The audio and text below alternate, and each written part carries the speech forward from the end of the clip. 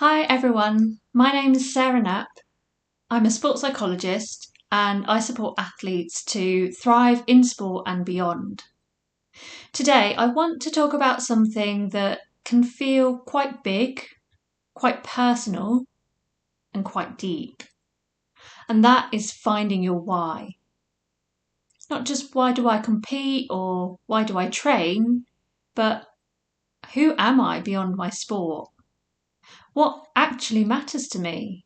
And how can understanding that help me prepare for life after sport?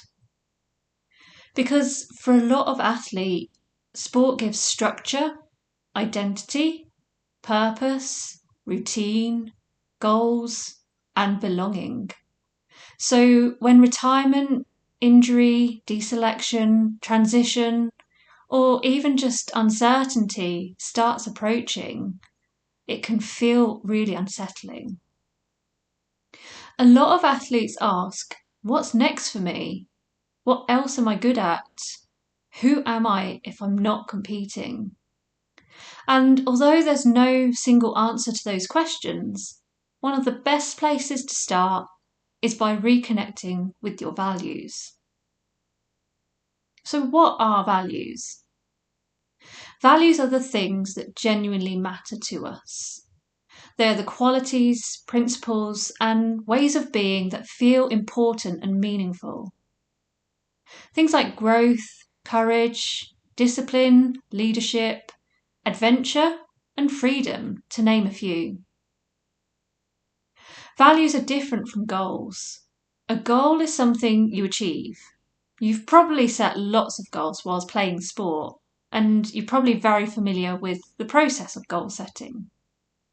A value, however, is how you want to live and who you want to be consistently.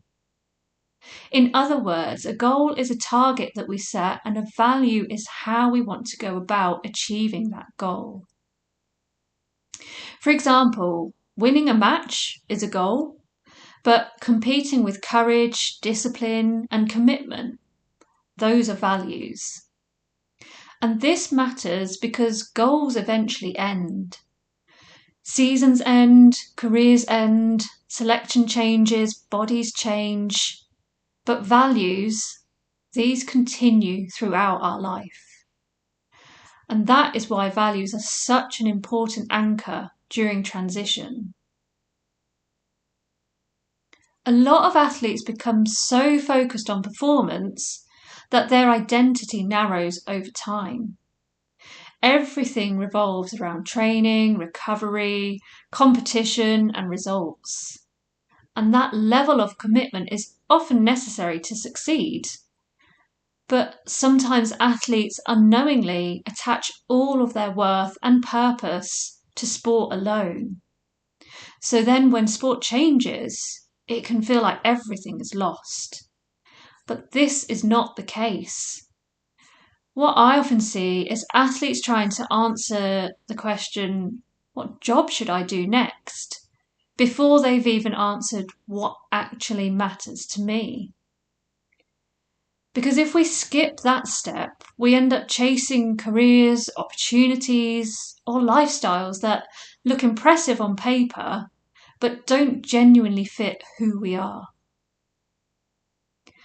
So, how can you identify what your values are? One useful question is, when do I feel most like myself? So think beyond results for a moment. When do you feel most energized? When do you feel proud, fulfilled, alive? Maybe it's supporting teammates, solving problems, pushing your limits, learning new skills, creating something, or connecting with people. Those moments often reveal clues about your values. Another helpful reflection is, who do you admire? Who inspires you? Who do you look up to and why? Usually the qualities we admire in others reflect the values that we care about ourselves. Maybe you admire someone because they're resilient, authentic, compassionate, calm under pressure, driven, or curious. Again, these are all clues. And importantly, values don't need to sound impressive. There are no right or wrong values. It's all about what's important for you and picking honestly what matters to you. The really important part, once you've identified what your values are, is how they actually show up in your behaviour. It's really easy to say, I value discipline, I value growth, I value connection. But values only become meaningful through behaviour. So ask yourself, what does this actually look like in practice? For example, if you value growth, are you seeking feedback? Are you willing to step outside your comfort zone? Are you reflecting and learning? These are all behaviours that are aligned with that value of growth. If you value connection, this might look like making time for relationships, being present with other people, and listening well. All of those behaviours are aligned with that value of connection. And if you are someone that values courage, are you having difficult conversations? Are you taking opportunities even when you're uncertain? Are you tolerating discomfort? Think about those behaviours that align with that value of courage. It's your behaviours that are the evidence of your values. And this becomes especially powerful when preparing for life after sport because it helps you recognise you already have transferable strengths. Sometimes athletes think, I've only ever done sport, I don't know what else I can do. But actually, through living your values in sport, you've likely developed leadership, communication, resilience, discipline, emotion regulation, teamwork, adaptability, and decision making. All of these qualities matter far beyond performance environments. Another useful exercise is to look at how values show up across your life. So to do this, you can zoom out a little bit and ask, where do my values already appear outside of sport? Because your identity is bigger than just one role. So, for example, an athlete who values leadership might naturally mentor younger teammates. An athlete who values creativity may enjoy content creation, coaching design, business ideas, or problem solving. Someone who values helping others may feel fulfilled by supporting teammates mentally or emotionally. Someone who values adventure may enjoy travel, entrepreneurship, or working in dynamic environments. When you begin noticing these patterns, it's easier to uncover possible directions for life after sport.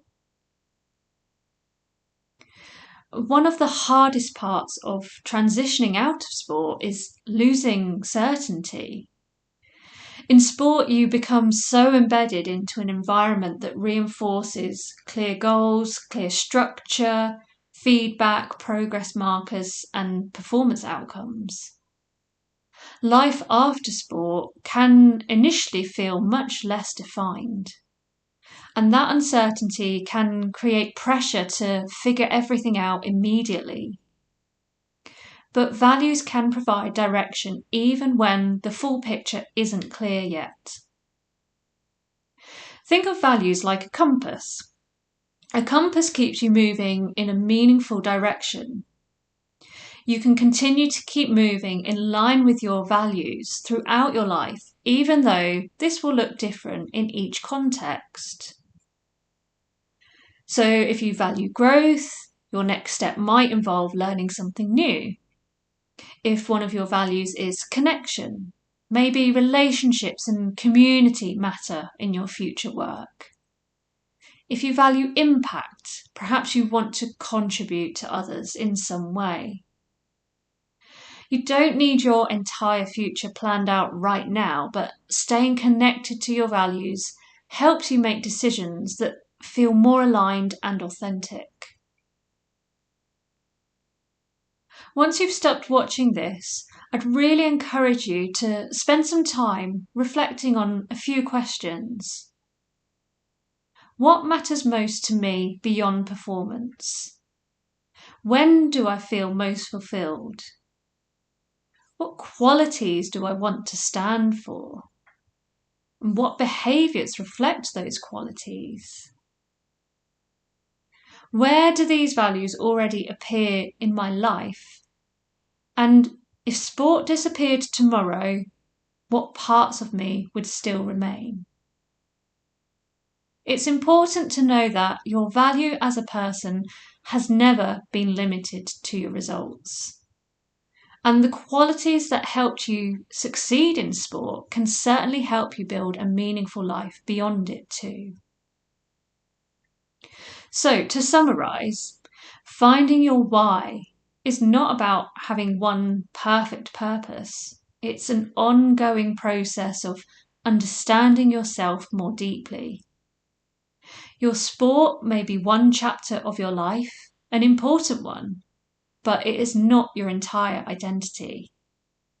The more connected you are to your values, the easier it becomes to navigate change, make aligned decisions, and build a future that still feels meaningful when sport eventually comes to an end. Sport can shape you, but it does not have to define the limits of who you are. Thank you for listening.